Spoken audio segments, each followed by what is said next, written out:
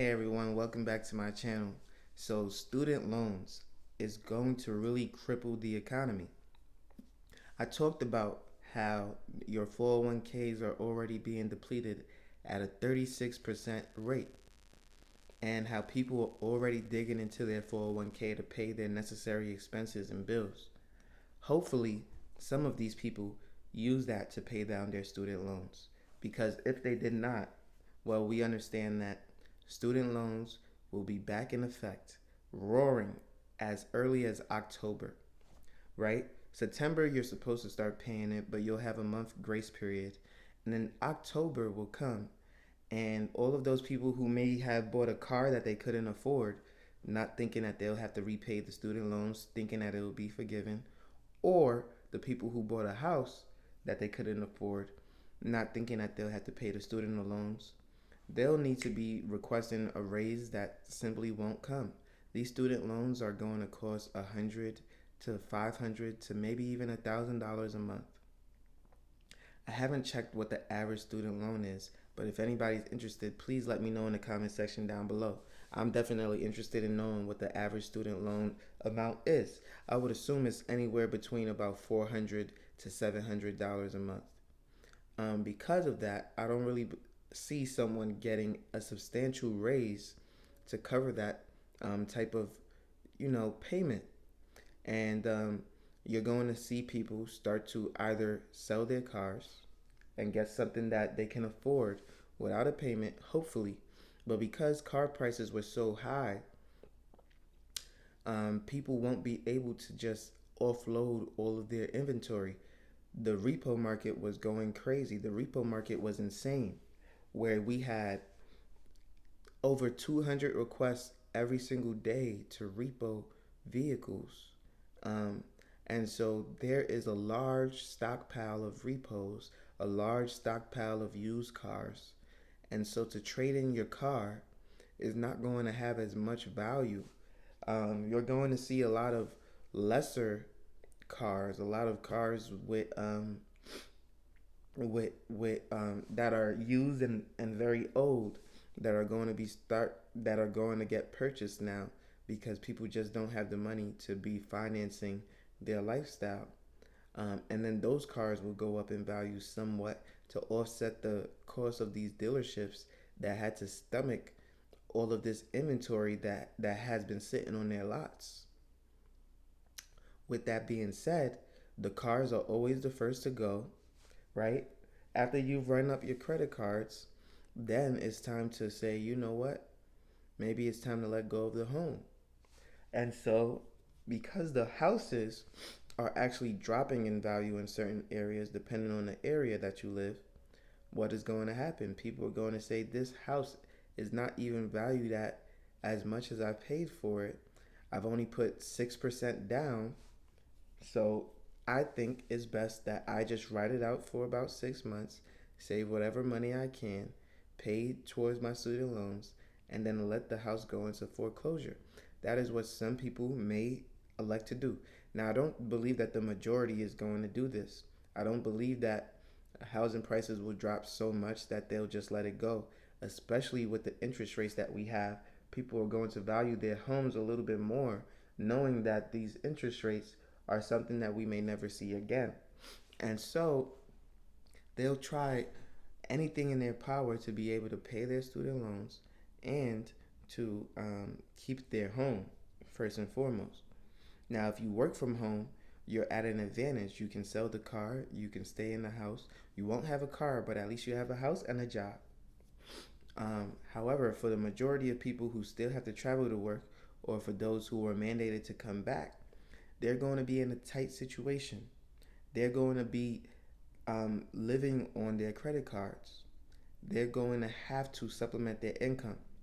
Now, this is not everybody. I want to emphasize there are some people who understood that student loans would not be forgiven, as I was saying for the longest. Dave Ramsey was also shouting it from the mountaintops. We all know that student loans have never been forgiven. It's a government debt. Even your president is literally using your student loan money in order to finance whatever political campaigns and whatever thing that they want to push. And because of that, the government's biggest asset is student loan debts.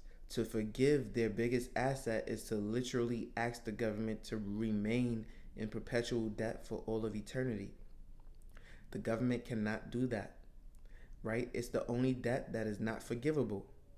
Why? It's because it's the government's debt.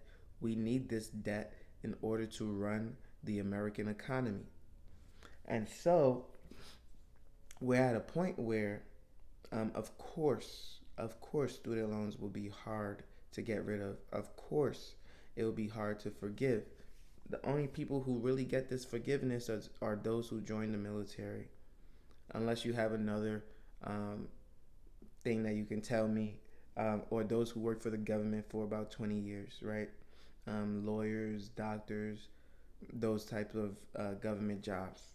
Now, because of this, if you haven't been paying down your student loans, that interest that is accruing is going to be massive and devastating.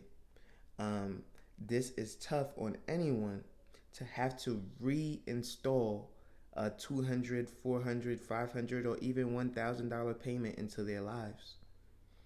It's definitely tough to manage. It's definitely tough to understand. And it will definitely set a lot of people back who have been splurging, going on vacations, living their best life with the understanding that their student loan will be paid off. Understanding that there were so many people applying for the student loan forgiveness. Out of that percentage of people, at least, I'm being very generous, at least 20% probably thought that their student loans were going to be forgiven. They threw parties, they went on vacation, they started to literally live their best life thinking that their student loans would be forgiven. They registered, it said successful.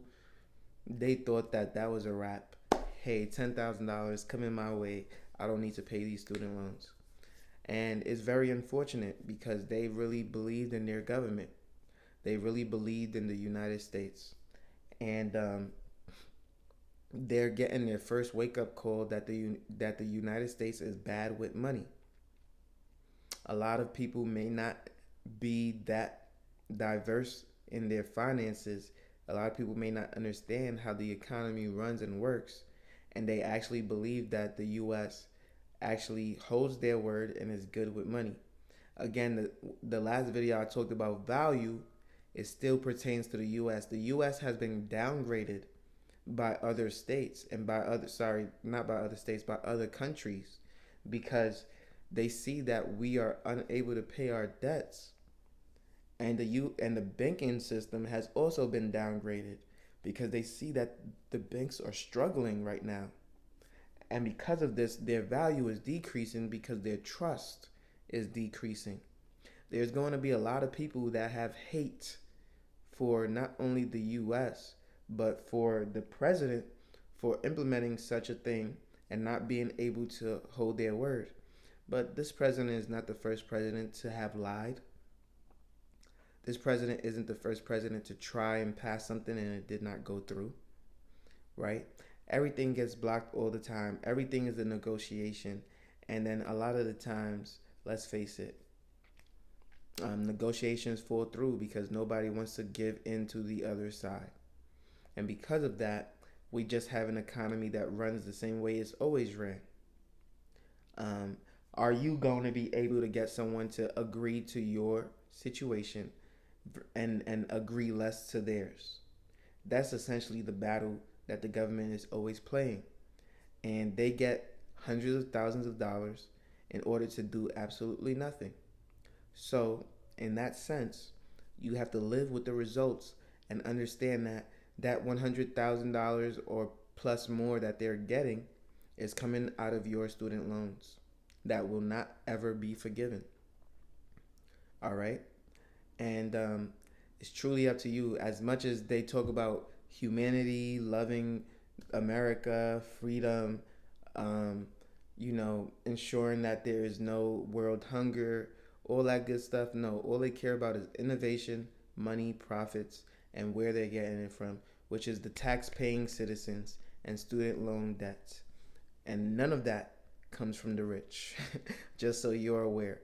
So you need to wake up. You need to understand that this will not be paid and that you need to get to work. You really, really need to get to work. I don't want you behind the eight ball. I've been shouting this. If you look at any of my past videos, I've probably had about 3 or 4 videos on student loans already. Do not be the one. You are one of my members. You're one of my subscribers. I want you to be on top of your game. I want you to understand that you need to be working on this right now in order to get ahead. All right. If you like this video, make sure you leave a like, comment, and subscribe. You know I post every single day at 8 a.m. daily on YouTube and on Rumble, and I can't wait to see you on the next one. Peace.